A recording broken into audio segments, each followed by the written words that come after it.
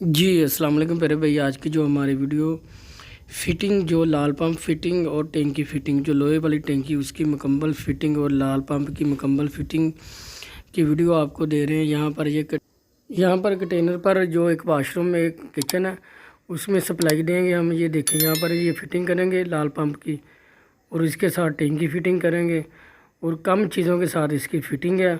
और आपके पास हीटर और कटर हो तो आप खुद फिटिंग कर सकते हैं। यहाँ पर एक स्क्रू रेंच और पेचकस, प्लास और हीटर और कटर, ये चीज़ें आपके पास हो तो आप फिटिंग कर सकते हैं। पीपीआरसी की फ़िटिंग बिल्कुल आसान फिटिंग है उसकी वीडियो। और उसके अलावा हमारी जो मुकम्मल फिटिंग होगी इसमें बिजली के कनेक्शन की तारें भी लगाएंगे, वो भी आपको दिखाएंगे। ये यहाँ पर आपने देखना, ये देखें।